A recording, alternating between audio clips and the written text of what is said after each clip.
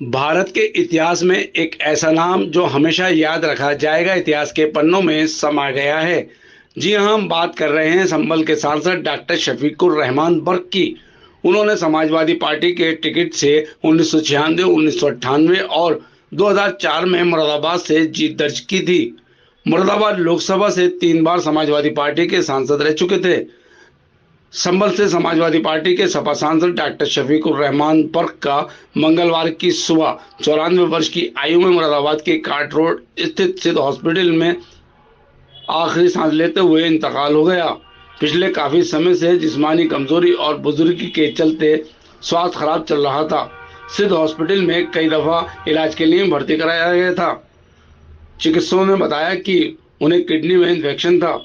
Doctor Shafiqur Rahman Barq की पैदाइश 11 जुलाई 1930 को हुई थी। आपके जीवन में लंबा राजनीतिक इतिहास रहा। उन्होंने चौधरी चरण सिंह के साथ राजनीतिक शुरुआत की थी। बाबरी मस्जिद एक्शन कमेटी के संयोजक भी रह चुके थे। उन्हें देश भर की जनता मुसलमानों की आवाज बुलंद करने वाला और ईमानदार नेता के नाम से याद करती रहेगी। उन्होंने समाजवादी पार्टी के गठन के समय भी मुलायम सिंह यादव के साथ मिलकर काम किया। वे समाजवादी पार्टी के फाउंडर मेंबर भी थे। डॉक्टर शफीकुर रहमान बर्क 1975 में स्वर्गीय प्रधानमंत्री इंदिरा गांधी द्वारा मीसा कानून बनाया गया, उसके अंतर्गत अपने साथियों के साथ मुरादाबाद के बाबर खान, संभल के सैयद हबीब अली, अताउल्ला तत्तारी, मंजर सफ़ी और मुरादाबाद के इकबाल जाफरी, मास्टर मुस्तफिज उल हसन, चौधरी काशीराम एमएलसी, अमरोहा के हरगोविंद सिंह सांसद, इब्राहिम उस्ताद, अनवार भाई पॉलिश वाले, अहमद हुसैन कुरैशी, राजपाल सिंह, सुभाष गुप्ता, छोटन लाल एडवोकेट, राज बहादुर जाटव के साथ 19 महीने तक जेल में रहे। अगर बात करें मुरादाबाद के आखिरी चुनाव की, तो 2004 में मुरादाबाद से लोकसभा का चुनाव लड़ा। इस तरह 5 बार सांसद और 4 बार विधायक रह चुके थे। यादगार फोटो जावेद नबी खान, डॉक्टर सैयद कौसर अली, तहलका न्यूज़ चैनल के न्यूज़ ब्यूरो के साथ आप देख सकते हैं। उन्होंने अपने राजनीतिक जीवन कार्यों के साथ साथ अनेक सामाजिक कार्य भी किए हैं। मुरादाबाद में मंडी चौक स्थित इनाया शूज कलेक्शन स्टोर का आपने 2022 में उद्घाटन किया था और इस वर्ष आखिरी सत्र में भी डॉक्टर शफीकुर रहमान बर्क ने सांसद ने मुसलमानों की बात बुलंद करते हुए अपनी आवाज़ बुलंद की थी। 4 में मुरादाबाद से चुनाव लड़ने के दौरान मुरादाबाद के सपा वरिष्ठ नेता विनोद कुंवर उस वक्त समाजवादी पार्टी में थे और समाजवादी पार्टी के वरिष्ठ नेता लईक अंसारी के अलावा अन्य कार्यकर्ता नेता मौजूद रहे थे। देख सकते हैं यादगार फोटो।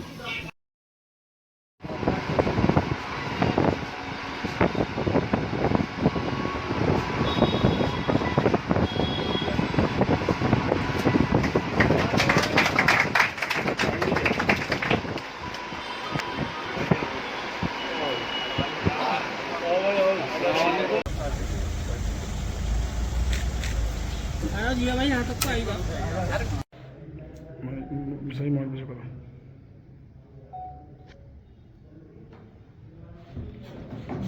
अरे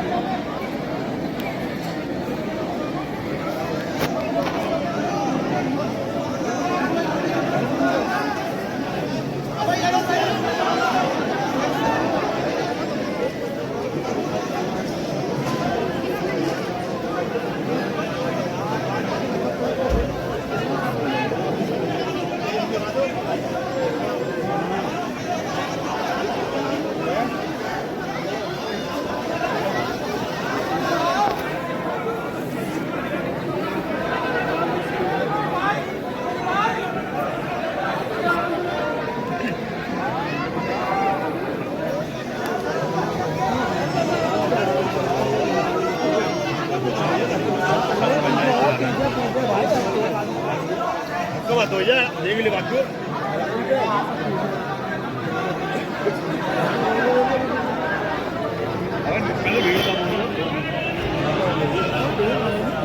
बस सबकी तबीयत को लेकर क्या जानकारी है? देखिए, बड़े अफसोस और दुख का बात है कि मुझे अभी पता चला है कि जनाब शफीकुर रहमान बख्श साहब अब हमारे बीच में नहीं रहे। उनका इस तरह से उनका इंतकाल हम सबके लिए तो बहुत बड़ी हमारा नुकसान है, हमारी पार्टी का बहुत बड़ा नुकसान है। देश से एक बहुत बड़ा नेता इस दुनिया से रुखसत हो गया, जिसने कभी भी किसी से डर के काम नहीं करा, जिसने हमेशा दिलेरी से और हक और इंसाफ की बात करी। आज वो नेता हमें छोड़ के चले गए और शायद इतने बोल्ड और इतने बहादुर और इतने ईमानदार नेता अब पूरे मुल्क के अंदर बहुत कम रह गए।